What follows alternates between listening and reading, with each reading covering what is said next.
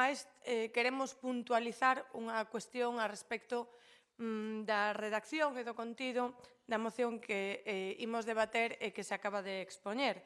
A primeira é que se está a falar da condonación da débeda a Galiza é porque precisamente o Bloque Nacionalista Galego foi quen lle exixiu ao Partido Socialista que esta cuestión se incluíse no acordo de investidura en 2023. Esa é a razón, porque se o BNG non o chega a reclamar, estaríamos nun escenario ben distinto. Porque a realidade é que naquel momento outra organización política doutra nación do Estado puxera esta cuestión en riba da mesa. E nós, que dixemos? Que dixo o BNG? Galiza non pode quedar atrás. Foi o BNG, polo tanto, que empuxo por diante, como sempre fai, os intereses de Galiza. Os intereses de Galiza sempre en primeiro termo. É dicir, se ia haber condonación a outras comunidades autónomas, Galiza non podía ser menos. E, polo tanto, non foi unha proposta do Partido Socialista feita motu propio. Non foi. Foi porque o BNG o exixiu a cambio da investidura, de votar a favor da investidura de Pedro Sánchez, como tantas outras cuestións, non?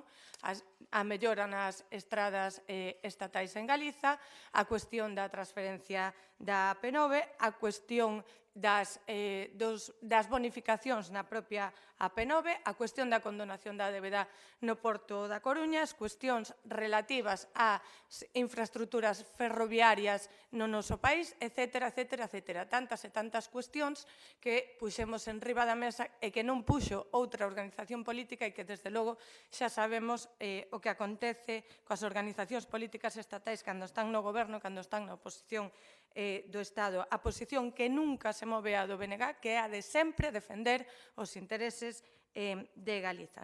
E, desde logo, claro, tampouco foi proposta, se non foi motu propio do Partido Socialista, tampouco foi unha proposta precisamente do goberno galego, que agora xa demostrou definitivamente cal é a súa estrategia, cal é a súa táctica, que é a de seguir os pasos que lle marca Génova, seguir os pasos que lle marca Feijóo e, desde logo, non atender as necesidades de Galiza. Non é puro tacticismo partidista o que sigue o señor Rueda. Non lle interesan en absoluto os problemas que viven cada día as galegas e os galegos. É absolutamente lamentável que o goberno galego renuncie a ter 4.000 millóns de euros de liquidez, de maior liquidez, de maiores recursos para atender os problemas das galegas e dos galegos. É absolutamente lamentável e non hai un galego, non hai unha galega que o poida entender. Miren, é imposible de entender que cando en Galiza morre cada día unha persoa sen lle ser atendida a súa, nunca mellor dito, a súa solicitude para que se atenda a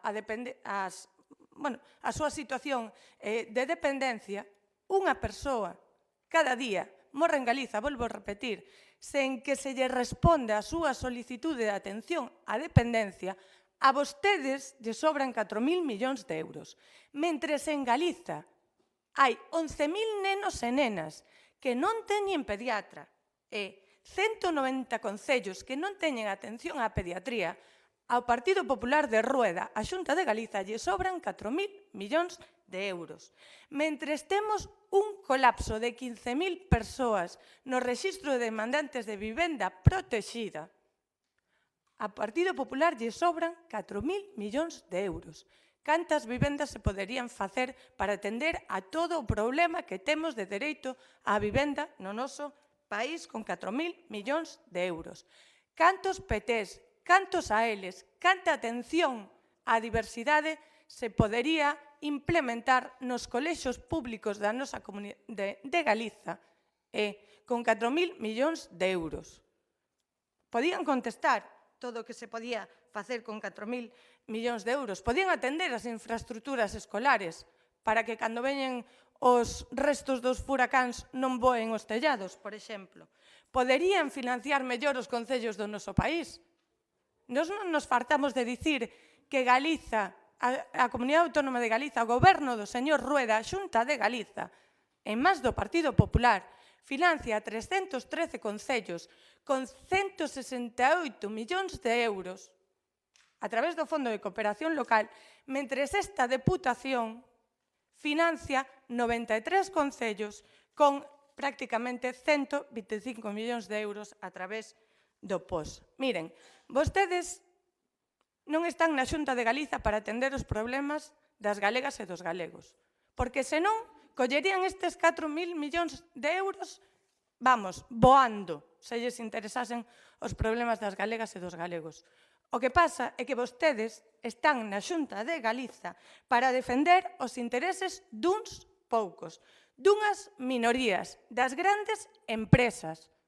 Por certo, grandes empresas cuxos consellos de administracións ás veces é moi difícil de distinguir da listaxe de anteriores conselleiros da Xunta de Galiza, porque teñen vostedes unhas portas xiratorias moi sospeitosas, como está acontecendo agora mesmo co tema de Altri. Vostedes non están para atender os problemas das galegas e dos galegos, están demostrando con esta cuestión, están para precisamente defender os intereses duns poucos, porque mentre renuncian a 4.000 millóns de euros, están clamando por aí en cada esquina, en cada momento, a cada segundo que teñen un micro diante, 350 millóns de euros para unha empresa privada.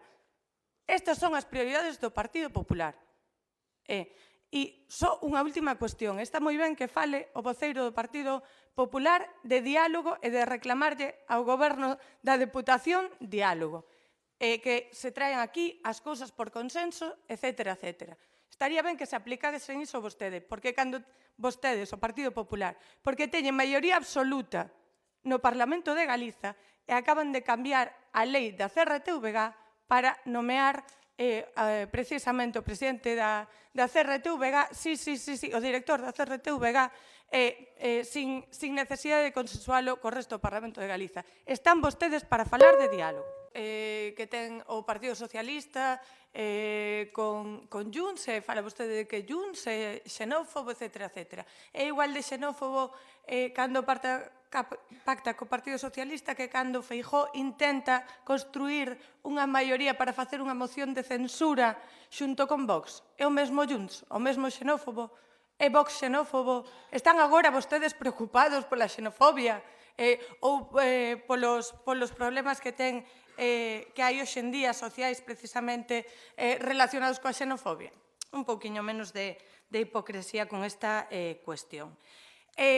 A mí o que me preocupa son os acordos do Partido Socialista co Bloque Nacionalista Galego, porque miren, saben para que lle sirven os galegos e galegas os deputados do Partido Popular no Congreso dos Deputados?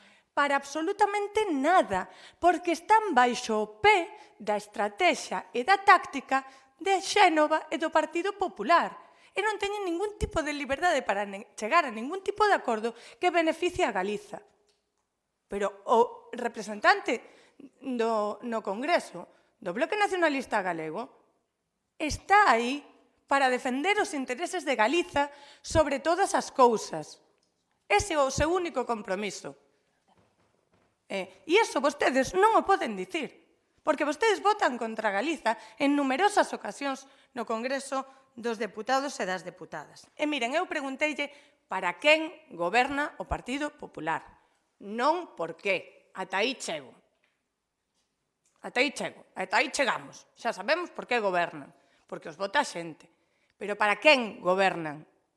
E sigo sostendo que vostedes gobernan para as grandes empresas, para as grandes corporacións, e que non gobernan para o interese xeral das galegas e dos galegos.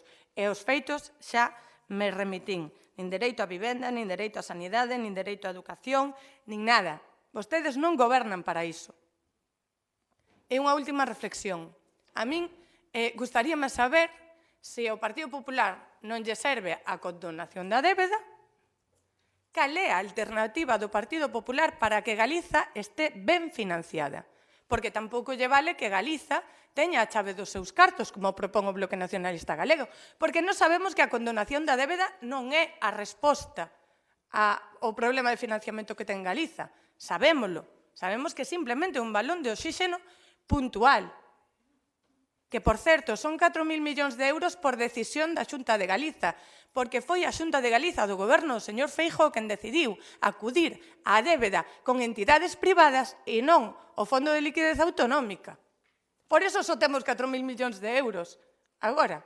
E outras comunidades autónomas teñen máis endebedamento co Estado, co Fondo de Liquidez Autonómica.